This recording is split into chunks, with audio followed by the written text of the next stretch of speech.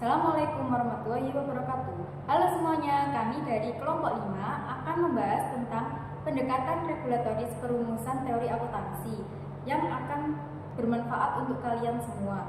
Sebelum itu, kami akan memperkenalkan diri masing-masing dari sebelah kiri. Saya Muhammad Syafiqah Baramansyah. Saya Wanda Juna Octavia. Saya Regita Anjeli. Saya Novianelli. Tidak usah panjang lebar, mari kita bahas.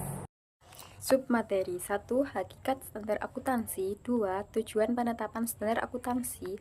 3. Entitas pada standar akuntansi. 4. Pendekatan pada pendapatan standar akuntansi. 5. Legitimasi proses penetapan standar akuntansi. 6. Standar akuntansi berlebihan. 7. Pilihan dalam akuntansi. 8. Strategi penetapan standar. 9. Kesimpulan dan saran. Kali ini saya akan memaparkan mengenai materi hakikat standar akuntansi. Standar akuntansi yang memberikan aturan efektif, diterima, dan bermanfaat bagi seorang akuntan. Berikut standar akuntansi biasanya terdiri atas 3 bagian. Yang pertama, deskripsi masalah yang harus dipecahkan. Dan kedua, yaitu diskusi dengan segala pertimbangan yang sehat. Dan ketiga, yaitu sejalan dengan keputusan atau teori yang ada, serta solusi yang disarankan. 4 tipe standar akuntansi menurut Eddy pada tahun 1977. Tipe pertama, akuntan harus mengungkapkan metode atau asumsi yang digunakan kepada masyarakat. Tipe kedua, keragaman penyajian laporan akuntansi. Sedangkan tipe ketiga yaitu pengungkapan masalah-masalah pengguna mungkin meminta diterapkan pertimbangan sendiri. Dan untuk tipe keempat, yakni pembuatan keputusan implisit atau eksplisit mengenai penilaian aktiva serta penentuan laba yang disetujui. Dasar pembuatan standar akuntansi. Standar akuntansi memberikan informasi yang konsisten dan jelas mengenai perusahaan, baik posisi keuangan, kinerja, serta penyelenggara. Dan kedua, standar akuntansi memberikan pedoman atau aturan bagi akuntan publik agar awas diri dan jujur dalam mengaudit laporan keuangan perusahaan. Kemudian, standar akuntansi memberikan database kepada pemerintah mengenai segala faktor penting pada perpajakan, regulasi ekonomi, dan lain-lainnya. Kemudian materi kedua yaitu mengenai tujuan penetapan standar akuntansi. Yang pertama, pendekatan penyajian kebenaran. Diharapkan laporan bersifat netral dan mencapai penyajian yang cermat atau akurat sesuai proses penyusunan standar. Kedua, pendekatan konsekuensi ekonomi. Sebaiknya memberikan pengaruh positif terhadap kesejahteraan sosial agar meningkatnya praktik-praktik akuntansi yang dilakukan secara konsisten. Dan ketiga, yaitu pendekatan kritikal interpretatif. Laporan keuangan seharusnya dipakai sebagai media yang memberikan perubahan sosial.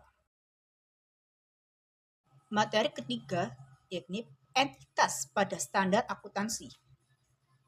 Yang pertama, individual dan kantor akuntan publik bertanggung jawab mensertifikasi laporan keuangan secara independen. Yang kedua yaitu AICPA, American Institute of Certified Public Accountant, berwenang dalam penetapan standar akuntansi nasional.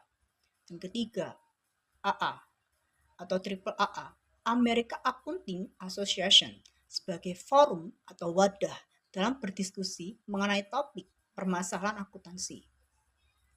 Dan keempat yaitu lembaga FASB, Financial Accounting Standard Board, pengganti lembaga APB yang bertanggung jawab dalam membuat standar akuntansi di negara Amerika Serikat. Dan kelima yaitu SEC, Security and Exchange Commission, bertanggung jawab dalam penyelenggaraan administrasi dan pemastian pelaporan keuangan perusahaan Amerika. Dan keenam, yakni organisasi profesional lainnya. Organisasi ini aktif dalam pembuatan standar akuntansi di masing-masing negara. Serta yang terakhir yaitu lembaga penggunaan laporan keuangan berupa penggunaan langsung, yakni pemilik serta pemegang saham. Kedua itu pengguna tidak langsung, yakni penasehat keuangan. Dan konsistensi lingkungan pelaporan keuangan, yakni seorang investor. Materi selanjutnya yakni pendekatan pada penetapan standar akuntansi. Yang pertama, teori regulasi. Teori ini diasumsikan akan diterima oleh industri terkait dengan tujuan utama dalam perolehan keuntungan. Dan kedua yaitu regulasi standar akuntansi swasta. Kepentingan publik dalam akuntansi yang terpenuhi apabila standar diserahkan kepada sektor swasta. Yang ketiga yakni regulasi standar akuntansi publik. Regulasi harus dirancang untuk kepentingan publik, yakni mencegah terjadinya perubahan sosial. Dan yang terakhir yaitu pendekatan pasar bebas. Pasar dinyatakan sebagai mekanisme ideal dalam penentuan beragam informasi terkait standar akuntansi yang wajib diutarakan.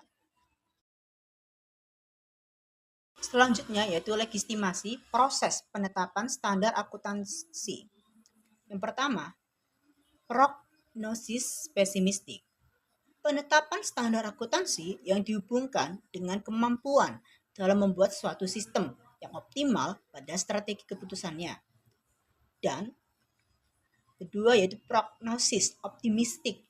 Proses penetapan ini memiliki 3 jenis.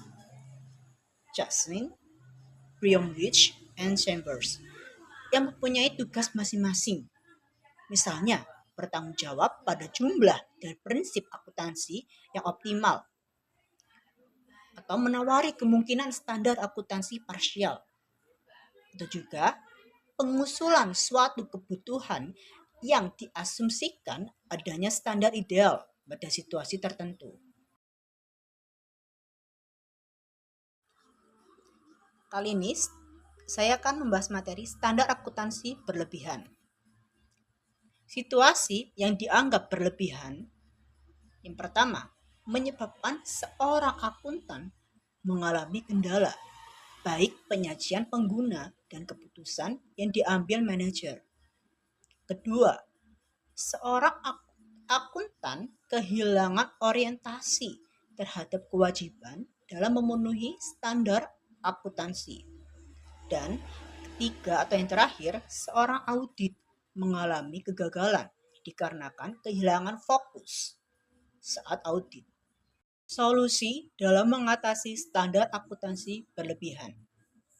Pertama, tidak ada perubahan, mempertahankan apa yang sudah ada.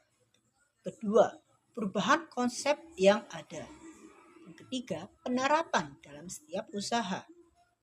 Dan keempat, penentuan alternatif pengungkapan serta pengukuran yang berbeda dan lain-lainnya. Materi selanjutnya yaitu pilihan dalam akuntansi. Pada situasi pasar yang tidak sempurna atau lengkap, sehingga permintaan akuntansi dan regulasi akuntansi memberikan usulan bahwa pengungkapan kontrak-kontrak yang berdasar akuntansi untuk mengatasi ketidaksempurnaan pasar. Berikut motivasi atau kategori sasaran pilihan pada akuntansi. Yang pertama, pembuatan kontrak yang efektif. Kedua, pemberian harga atas aktiva. Ketiga, atau yang terakhir, mempengaruhi pihak-pihak eksternal, baik pemasok, pesaing, regulator pemerintah, dan lain-lainnya. Kemudian materi selanjutnya, strategi penetapan standar akuntansi. Strategi penetapan standar bagi negara-negara berkembang, yakni yang pertama, pendekatan transfer teknologi. Pengembangan transfer teknologi berasal dari operasi kantor akuntan internasional dengan perusahaan multinasional yang perlu adanya perjanjian mengenai pertukaran informasi teknologi. Dan kedua, pendekatan evolusioner. Mitra asing menyesuaikan dengan aturan perdagangan pada negara lain. Yang ketiga, teknologi penggunaan CI atau standar akuntansi internasional bergabung dengan badan internasional lainnya. Dan keempat, atau yang terakhir, yaitu strategi situasional.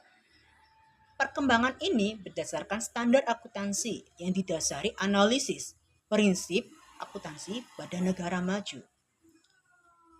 Kemudian materi selanjutnya akan disampaikan oleh rekan saya. Baiklah, saya akan menjelaskan tentang kesimpulan dari penjelasan tersebut. Kesimpulannya adalah standar akuntansi didasari prinsip-prinsip penentang teori yang relevan, di mana pertentangan terdapat pada kepentingan entitas-entitas terkait. Penyusunan standar akuntansi menurut regulasi sektor swasta, publik, dan pasar bebas, serta adanya perbaikan pada permasalahan standar akuntansi yang berlebihan. Saran dari kelompok kami tentang penjelasan materi tersebut.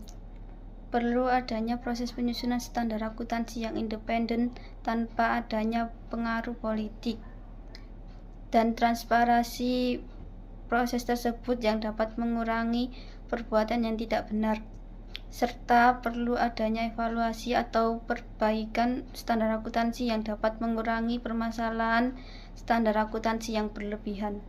Menutup materi kali ini, jangan lupa subscribe, like, dan tinggalkan pesan pada kolom komentar. Sekian pemaparan materi yang kelompok kami sampaikan. Mohon maaf apabila terdapat kesalahan kata yang tidak berkenan bagi penonton.